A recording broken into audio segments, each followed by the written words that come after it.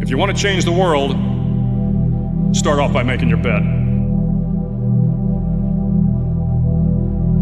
If you make your bed every morning, you will have accomplished the first task of the day.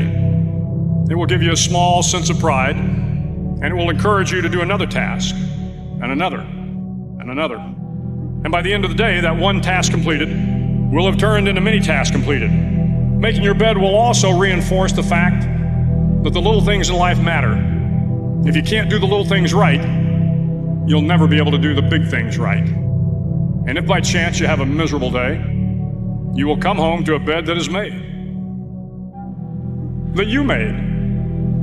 And a made bed gives you encouragement that tomorrow will be better. I've been a Navy SEAL for 36 years. Every morning in SEAL training, my instructors, who at the time were all Vietnam veterans, would show up in my barracks room, and the first thing they'd do was inspect my bed. If you did it right, the corners would be square, the covers would be pulled tight, the pillow centered just under the headboard, and the extra blanket folded neatly at the foot of the rack. It was a simple task, mundane at best, but every morning we were required to make our bed to perfection. It seemed a little ridiculous at the time, particularly in light of the fact that we were aspiring to be real warriors, tough, battle-hardened SEALs. But the wisdom of this simple act has been proven to me many times over.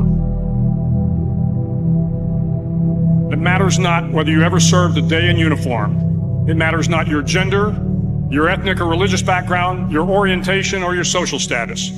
Our struggles in this world are similar, and the lessons to overcome those struggles and to move forward, changing ourselves and changing the world around us, will apply equally to all.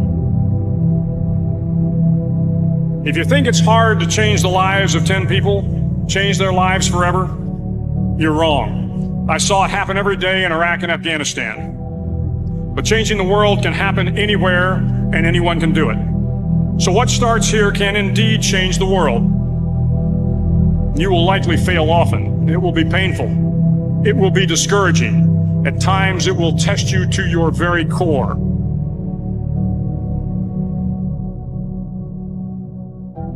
At that darkest moment of the mission is a time when you need to be calm, when you must be calm, when you must be composed, when all your tactical skills, your physical power, and your inner strength must be brought to bear. If you want to change the world, you must be your very best in the darkest moments. If I have learned anything in my time traveling the world, it is the power of hope. The power of one person, a Washington, a Lincoln, King, Mandela, and even a young girl from Pakistan, Malala. One person can change the world by giving people hope. Start each day with a task completed. Find someone to help you through life. Respect everyone. Know that life is not fair and that you will fail often. But if you take some risks, step up when the times are the toughest, face down the bullies, lift up the downtrodden, and never, ever give up.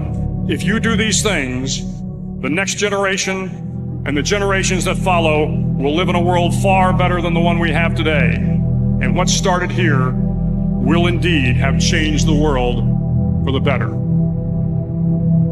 Finally, in SEAL training, there's a bell. A brass bell that hangs in the center of the compound for all the students to see. All you have to do to quit is ring the bell. Ring the bell, and you no longer have to wake up at 5 o'clock. Ring the bell, and you no longer have to be in the freezing cold swims. Ring the bell, and you no longer have to do the runs, the obstacle course, the PT, and you no longer have to endure the hardships of training. All you have to do is ring the bell to get out.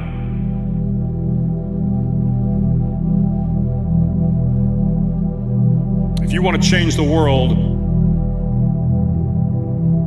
don't ever, ever ring the bell.